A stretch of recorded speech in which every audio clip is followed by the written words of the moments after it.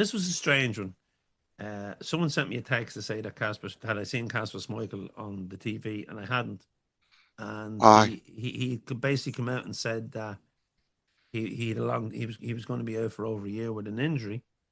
The Martin O'Neill has obviously been covering for him at press conferences.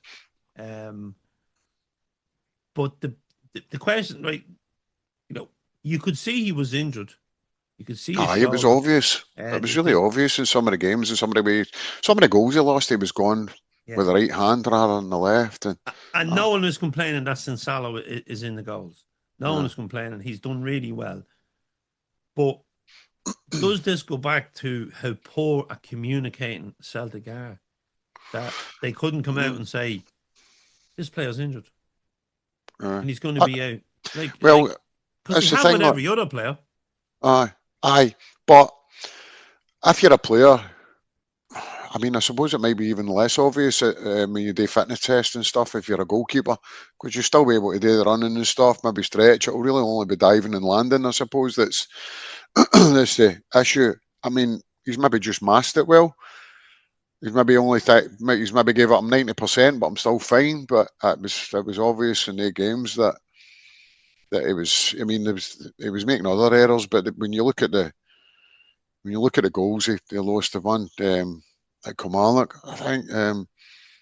He was just gone with the wrong arm and stuff. So it was obvious to us. So I don't know what the deal is there. If they just thought, right, he's okay to play on or whatever, he was taking injections or whatever. But it's obviously a psychological issue as well, because if you've got an injury, you do subconsciously try to shield it for harm, no, or for further harm. So I don't know what the answer is there, but you can maybe lay all the blame at Schmeichel's door, but you've got to look at the coaches and stuff and go, surely they should see that.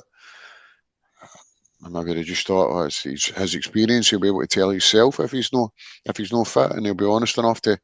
I mean, I think Schmeichel's a brilliant goalkeeper. I think it's quite sad that this could be what he's. This is the tail end of his career. Could be the end of his career completely, and this is what he'll be remembered for: is the mistakes this season. When he really has been a fantastic keeper, and up to the cup final, it was great last season for us. I thought up to the cup final, but rushed back, injury, makes a mistake, and it cost us. No, it cost us sorely in May. Let Aberdeen back into the game when they weren't in it at all. No, but that's always you're always guarding a 1-goal lead at your peril. No, but he should have maybe fessed up himself beforehand and done that. Look, I'm not quite far enough. I should, but that was maybe the decision's been left in his hands, and he's just thought, if you're a player, you want to play. That's the bottom line. No, but he's got he's in the playoffs. Denmark are in the playoffs. So obviously he's still the number one keeper. He's got that. Who doesn't want to play at a World Cup? We've been knocked out by Denmark in playoffs. Ireland have been knocked out. Schmeichel was the goalkeeper, so there's no love lost that comes into national football.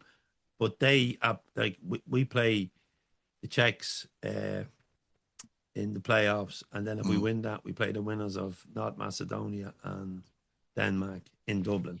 Right. So from an international point of view, the last thing I want to see is Denmark going to World Cup at the expense of Ireland. But at the same time, they're a good side, Denmark, no? Yeah, and we went over the last playoffs. We went over there. Remember, it was freezing, and we drew 1-1. We came back thinking, "Oh no, we can do this." And Shane Duffy scored the opener. I think we were 1-0 up. I think we were 1-0 up at half time, or certainly close to half time, and we lost 5-1. And I think that was Martin O'Neill's swan song then as Ireland manager. So it's mad the twists and turns he's had with Schmeichel internationally and at club level. But whatever the outcome is, you'd have to wish him the best of luck, because he has been a quality keeper over the years, and he's had an amazing career. I was watching a programme a few weeks back on Sky Sports, and he was named in the top 20 EPL keepers of the whole time, no? So He's definitely been doing something. It's maybe just a pity we got him at the tail end of his career when you do get injuries and stuff. It's harder to come back from and stuff like that. No, Father Time waits for nobody. Aye, it does look a bit out of condition as well. I think that's the other thing. So maybe slowed up a bit, his reflexes and stuff, and his decision making. No, so but I'll not hold against him. But he should have took his cell out before he did, and it would have prevented some of the abuse he got as well. I think no. So goalkeepers will always make mistakes, but some of the errors or the goals you lost have been done to either that injury or his general condition. A good goalkeeper. I mean, I've spoke to some Celtic fans who absolutely detest him. For what reason? He's out there trying to do his best for us. It's not quite happening. You know what I mean? So, but he maybe should have took his cell out the firing line before it was the issue was almost forced for him. You know what I mean? But Sinisal has been looks an able deputy. Look very assured at Ibrox the other week. Some people saying, "Oh, he still shouldn't be on number one and stuff." I don't see any reason why he shouldn't until he makes errors. Or he looks. I mean, he's good. He came for crosses and stuff like that, which is quite unusual in a modern day keeper.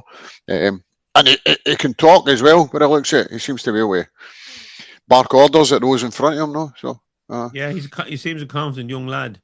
He does,